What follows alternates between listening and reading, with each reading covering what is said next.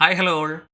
ഇന്നത്തെ ക്ലാസ്സിൽ ഒരു ക്ലാസ്സിൽ നമ്മൾ ഡിസ്കസ് ചെയ്യാൻ പോകുന്നത് കഴിഞ്ഞ ദിവസം 25-ാം തീയതി നടന്നിട്ടുള്ള LDC ക്വസ്റ്റ്യൻ പേപ്പറിൽ വന്നിട്ടുള്ള ബയോളജി ക്വസ്റ്റ്യൻസ് ആണ്. ആ ബയോളജി ക്വസ്റ്റ്യൻസുമായിട്ട് ബന്ധപ്പെട്ട് ഇനി തൊട്ടടുത്ത് 27-ാം തീയതി വരുന്ന എക്സാമിൽ ചോദിക്കാൻ സാധ്യതയുള്ള ചോദ്യങ്ങളാണ് നമ്മൾ ഡിസ്കസ് ചെയ്തു പോകുന്നത്. അപ്പോൾ ആ ക്വസ്റ്റ്യൻ പേപ്പറിൽ ഉണ്ടായിരുന്ന ആദ്യത്തെ ക്വസ്റ്റ്യൻ, കുട്ടികളിലെ എല്ലുകളെ ദുർബലപ്പെടുത്തുന്ന റിക്കറ്റ്സ് എന്ന അവസ്ഥ പലപ്പോഴും ഉണ്ടാകുന്ന ശരീരത്തിൽ ഡാഷ് കുറയുന്നത് മൂലമാണെന്നാണ് ചോദിച്ചിരുന്നത്. ഇതിൻ്റെ ആൻസർ ശരിക്കും വരുന്നത് ജീവകം ഡി എന്നാണ്. ജീവകം A, B, D, K ഇതൊക്കെ ഓപ്ഷൻ കൊടുത്തിരുന്നു. ജീവകം ഡി ആണ് ഇതിൻ്റെ ആൻസർ വരുന്നത്.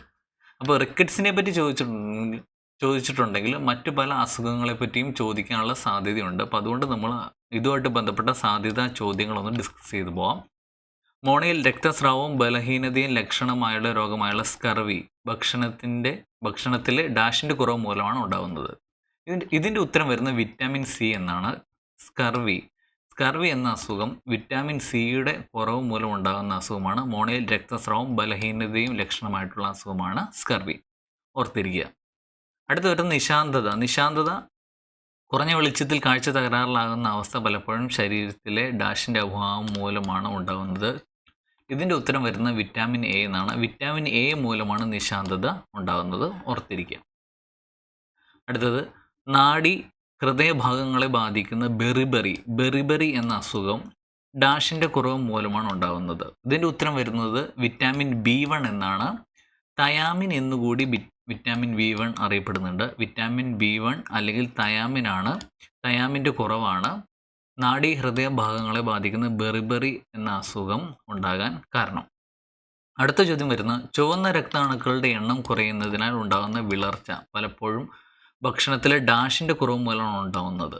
ഇതിൻ്റെ ഉത്തരം വരുന്നത് ഇരുമ്പ് അല്ലെങ്കിൽ അയൺ ആണ്. അയണിൻ്റെ കുറവ് മൂലമാണ് അനീമിയ അല്ലെങ്കിൽ വിളർച്ച ഉണ്ടാകുന്നത്. ചുവന്ന രക്താണുക്കളുടെ എണ്ണം കുറയുന്നതിനാൽ ഉണ്ടാകുന്ന വിളർച്ച. ഇതിൻ്റെ പ്രധാനപ്പെട്ട കാരണം ഇരുമ്പ് ശരീരത്തിൽ അല്ലെങ്കിൽ അയൺ ശരീരത്തിൽ കുറയുന്നത് കൊണ്ടാണ്.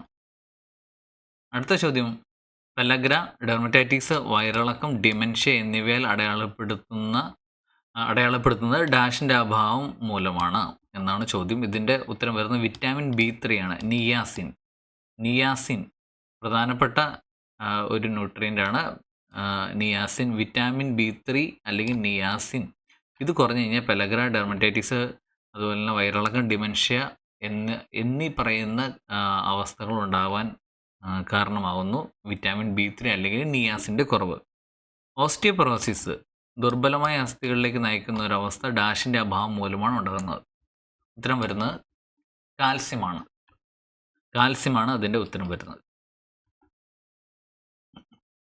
തൈറോയ്ഡ് ഗ്രന്ഥിയെ ബാധിക്കുന്ന ഗോയിറ്റർ പലപ്പോഴും ഡാഷിൻ്റെ കുറവ് മൂലമാണ് ഉണ്ടാകുന്നത്. ഉത്തരം വരുന്നത് അയോഡിനാണ് ഉത്തരം വരുന്നത്. തൈറോയ്ഡ് ഗ്രന്ഥിയെ ബാധിക്കുന്ന ഗോയിറ്റർ. പോഷകാഹാരക്കുറവിൻ്റെ ഗുരുതരമായ രൂപമായ ക്വാഷിയോർക്കർ ഭക്ഷണത്തിലെ ഡാഷിൻ്റെ അഭാവം മൂലമാണ് ഉണ്ടാകുന്നത്. ഉത്തരം വരുന്നത് പ്രോട്ടീനാണ്. പ്രോട്ടീൻ്റെ കുറവ് മൂലമാണ് ക്വാഷിയോർക്കർ ഉണ്ടാകുന്നത്. ഓർത്തിരിക്കുക, ക്വാഷിയോർക്കർ. സിറോഫ്താൽമിയ വരണ്ട കണ്ണുകളിലേക്ക് അന്ധതയിലേക്ക് നയിക്കുന്ന ഒരവസ്ഥ ഡാഷിൻ്റെ കുറവ് മൂലമാണ് ഉണ്ടാകുന്നത്. വിറ്റാമിൻ എ ആണ്. വിറ്റാമിൻ എയുടെ കുറവ് മൂലമാണ് സിറോഫ്താൽമിയ ഉണ്ടാകുന്നത്. അത് ഓർത്തിരിക്കുക. നവജാത ശിശുക്കളിലെ ന്യൂറൽ ട്യൂബ് വൈകല്യങ്ങൾ ഗർഭകാലത്ത് ഡാഷിൻ്റെ മതിയായ ലഭ്യതയിലൂടെ തടയാൻ കഴിയും. ഫോളിക് ആസിഡാണ് ഉത്തരം വരുന്നത്. ഫോളിക് ആസിഡ് നല്ല രീതിയിൽ കഴിച്ചാൽ മാത്രമേ നവജാത ശിശുക്കളിലെ ന്യൂറൽ ട്യൂബ് വൈകല്യങ്ങൾ കുറഞ്ഞിരിക്കത്തുള്ളൂ. ഗർഭകാലത്ത് അമ്മമാർ ഫോളിക് ആസിഡ് മതിയായ രീതിയിൽ കഴിച്ചാൽ മാത്രമേ നവജാത ശിശുക്കളിൽ ന്യൂറൽ ട്യൂബ് വൈകല്യങ്ങൾ കുറഞ്ഞിരിക്കുള്ളൂ. സോ ഈ ചോദ്യങ്ങൾ നോക്കുകയാണെന്നുണ്ടെങ്കിൽ ഇപ്പോൾ സാധ്യതാ ചോദ്യങ്ങളാണ് ഞാനിപ്പോൾ പറഞ്ഞത്. ഇപ്പം നമ്മൾ ഒരു അസുഖത്തെ ബേസ് ചെയ്തിട്ടുള്ള കുറച്ച് സാധ്യതാ ചോദ്യങ്ങൾ നമ്മൾ ഡിസ്കസ് ചെയ്തു. അടുത്ത അസ്ഥികളെ സംബന്ധിച്ചുള്ള ഒരു ചോദ്യവും LDC ക്വസ്റ്റ്യൻ പേപ്പറിൽ ചോദിച്ചിട്ടുണ്ടായിരുന്നു. മനുഷ്യ ശരീരത്തിലെ ഏറ്റവും ചെറിയ അസ്ഥി ഏതെന്നാണ് ഒരു ചോദ്യം ചോദിച്ചിട്ടുണ്ട്. തുടയിൽ, സ്റ്റേപ്പിസ്, ടീബിയ, ഹ്യൂമറസ് എന്നീ പറയുന്ന ഓപ്ഷൻസുകൾ കൊടുത്തിട്ടുണ്ടായിരുന്നു. അതിൻ്റെ ഉത്തരം വരുന്നത് സ്റ്റേപ്പിസ് ആണ് ഉത്തരം വരുന്നത്. ഇതുമായിട്ട് ബന്ധപ്പെട്ടുള്ള സാധ്യതാ ചോദ്യങ്ങൾ എന്ന് പറയുന്നത് മനുഷ്യ ശരീരത്തിലെ ഏറ്റവും വലിയ അസ്ഥി ഏതെന്ന് ചോദിക്കാം. തുടയിലാണ് അതിൻ്റെ ഉത്തരം വരുന്നത്. മനുഷ്യ ശരീരത്തിലെ ഏറ്റവും വലിയ അസ്ഥി. കൈയുടെ മുകൾ ഭാഗത്ത് കാണപ്പെടുന്ന അസ്ഥിയെ ഡാഷ് എന്ന് വിളിക്കുന്നു. ഹ്യൂമറസ് എന്നാണ് അറിയപ്പെടുന്നത് കൈയുടെ മുകൾ ഭാഗത്ത് കാണുന്ന അസ്ഥി.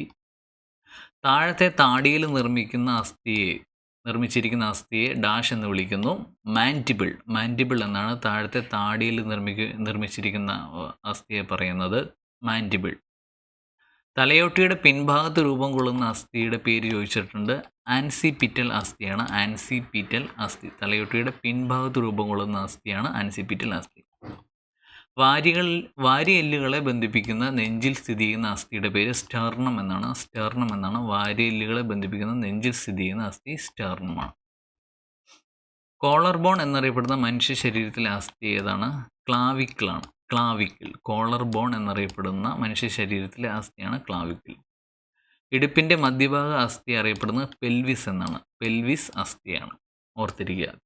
അപ്പോൾ നമ്മൾ ആ ക്വസ്റ്റ്യൻ പേപ്പറിൽ അസ്ഥികളെ സംബന്ധിക്കുന്ന മനുഷ്യരുടെ ഏറ്റവും ചെറിയ അസ്ഥി എന്ന് ചോദിക്കുന്ന ഒരു ചോദ്യം ഉണ്ടായിരുന്നു. സ്വാഭാവികമായിട്ടും ഇതുമായിട്ട് റിലേറ്റഡ് ആയിട്ടുള്ള, ഇതുമായിട്ട് ബന്ധപ്പെട്ട ചോദ്യങ്ങൾ ചോദിക്കാനുള്ള സാധ്യതയുണ്ട്. ഇനി നമ്മൾ നോക്കാൻ പോകുന്ന ആ ക്വസ്റ്റ്യൻ പേപ്പറിൽ തന്നെ മറ്റൊരു ചോദ്യം ഉണ്ടായിരുന്നു. ഓസോൺ പാളിയുടെ കനം കുറയുന്നതിന് പ്രധാനമായും കാരണമാകുന്ന എന്താണെന്ന് ചോദിച്ചുകൊണ്ട് carbon dioxide, methane, nitrous oxide, chlorofluorocarbon എന്ന് പറഞ്ഞ ഓപ്ഷൻ കൊടുത്തിട്ടുണ്ടായിരുന്നു. ക്ലോറോ ഫ്ലൂറോ കാർബണുകൾ എന്നാണ് അതിൻ്റെ ഉത്തരം വരുന്നത്. ഇതുമായിട്ട് ബന്ധപ്പെട്ടുള്ള സാധ്യതാ ചോദ്യങ്ങൾ വരുന്നത് ആസിഡ് മഴ പ്രധാനമായും ഡാഷിൻ്റെ ഉദ്യമനം മൂലമാണ്. ആസിഡ് മഴയ്ക്ക് പ്രധാനമായിട്ടുള്ള കാരണങ്ങൾ സൾഫർ ഡൈ ഓക്സൈഡും നൈട്രജൻ ഡൈ ഓക്സൈഡും അന്തരീക്ഷത്തിൽ അമിതമായി എത്തിപ്പെടുന്നതാണ്. ആസിഡ് മഴയ്ക്ക് പ്രധാനമായിട്ടും ആസിഡ് മഴ പ്രധാനമായും ഡാഷിൻ്റെ ഉദ്യമനം മൂലമാണ് ഉണ്ടാകുന്നത്. Sulphur dioxide, nitrogen dioxide. Then ഹരിതഗ്രഹ പ്രഭാവം പ്രധാനമായും അന്തരീക്ഷത്തിൽ ഡാഷിൻ്റെ വർധനവ് മൂലമാണ്. ഉത്തരം വരുന്നത് കാർബൺ ഡൈ ഓക്സൈഡ് ആണ്. Carbon dye oxide.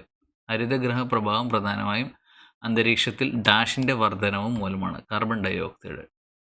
ആഗോളതാപനത്തിൻ്റെ പ്രാഥമിക കാരണം ഭൂമിയുടെ അന്തരീക്ഷത്തിൽ ഡാഷിൻ്റെ വർധനമാണ്. അതിന് ഉത്തരം വരുന്നത് ഹരിതഗ്രഹവാതകങ്ങളാണ്. Greenhouse gases. ഹരിതഗ്രഹവാതകങ്ങൾ. ആഗോളതാപനത്തിൻ്റെ പ്രാഥമിക കാരണം ഭൂമിയുടെ അന്തരീക്ഷത്തിൽ ഗ്രീൻ ഹൗസ് ഗ്യാസസ് അല്ലെങ്കിൽ ഹരിതഗ്രഹവാതകങ്ങൾ വർദ്ധിക്കുന്നതാണ്. ദെൻ ജലസ്രോതസ്സുകളുടെ യൂട്രോഫിക്കേഷൻ പലപ്പോഴും ഡാഷിൻ്റെ വർധനവ് മൂലമാണ്. യൂട്രോഫിക്കേഷൻ ഉണ്ടാകാനുള്ള പ്രധാനപ്പെട്ട കാരണം നൈട്രജൻ, ഫോസ്ഫറസ് പോലുള്ള പോഷകങ്ങൾ, അത്തരം ന്യൂട്രിയൻസ് ജലസ്രോതസ്സുകളിൽ എത്തിപ്പെടുന്നതാണ് യൂട്രോഫിക്കേഷൻ്റെ പ്രധാനപ്പെട്ട റീസൺ. നഗരപ്രദേശങ്ങളിൽ പുകമഞ്ഞിൻ്റെ പ്രധാന കാരണം ഡാഷിൻ്റെ സാന്നിധ്യമാണ് എന്നാണ് ചോദിച്ചിരിക്കുന്നത്. അതിൻ്റെ ഉത്തരം വരുന്നത് ഗ്രൗണ്ട് ലെവൽ ഓസോണും കണികാദ്രവ്യവുമാണ് ഇതിൻ്റെ ആൻസർ വരുന്നത്. നഗരപ്രദേശങ്ങളിൽ പുകമഞ്ഞിന് കാരണമാകുന്ന വസ്തുക്കൾ ഗ്രൗണ്ട് ലെവൽ ഓസോണും കണികാദ്രവ്യവുമാണ്. പവിഴപ്പുറ്റുകളുടെ ബ്ലീച്ചിങ്ങിൻ്റെ പ്രാഥമിക കാരണം ഡാഷിൻ്റെ വർധനമാണ് എന്ന് ചോദിച്ചിരിക്കുന്നു. അതിൻ്റെ ഉത്തരം വരുന്നത് സമുദ്ര താപനില കൂടുന്നതുകൊണ്ടാണ് പവിഴപ്പുറ്റുകളിലെ ബ്ലീച്ചിങ് ഉണ്ടാകുന്നത്. അത് ഓർത്തിരിക്കണം, ഒരു പ്രധാനപ്പെട്ട ചോദ്യം കൂടിയാണ്.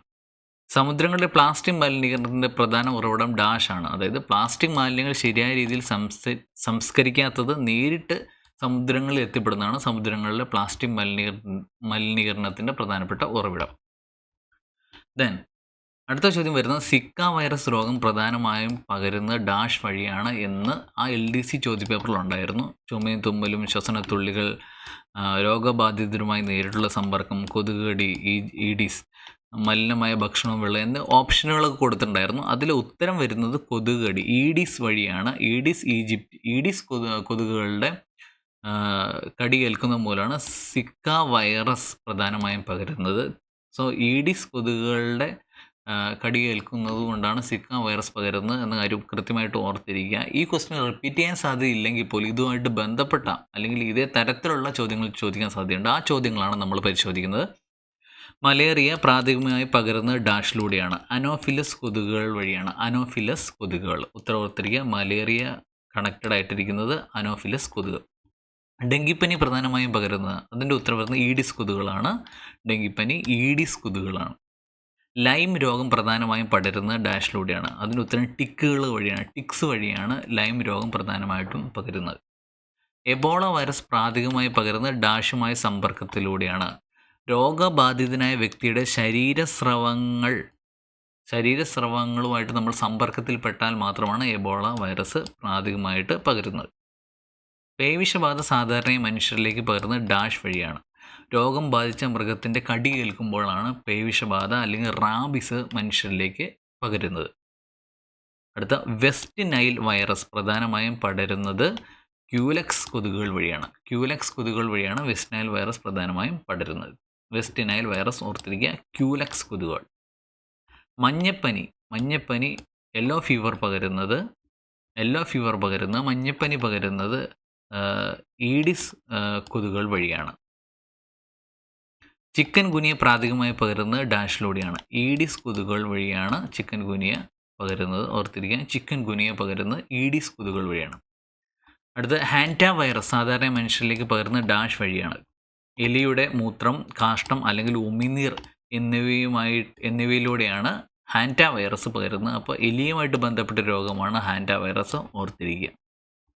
അടുത്ത ചോദ്യം, HIV പകരുന്നതിനുള്ള പ്രാഥമിക മാർഗം ഡാഷ് വഴിയാണ്. സുരക്ഷിതമല്ലാത്ത ലൈംഗിക ബന്ധം, സൂചികൾ പങ്കിടൽ, അതുപോലെ പ്രസവ സമയത്തും മുലയൂട്ടുന്ന സമയത്തും അമ്മയിൽ നിന്ന് കുട്ടിയിലേക്ക്, ഇത്തരം രീതിയിലൂടെയാണ് HIV പകരുന്നത്. സോ ഈ ചോദ്യങ്ങളൊക്കെ ഒന്ന് നിങ്ങൾ എക്സാമിന് പോകുന്നതിന് മുമ്പ് ഒന്ന് ഓർത്ത് ഒന്നുകൂടെ റിവൈസ് ചെയ്ത് പഠിച്ചു പോവുകയാണെന്നുണ്ടെങ്കിൽ സ്വാഭാവികമായിട്ടും നിങ്ങൾക്ക് യൂസ്ഫുള്ളായി മാറും.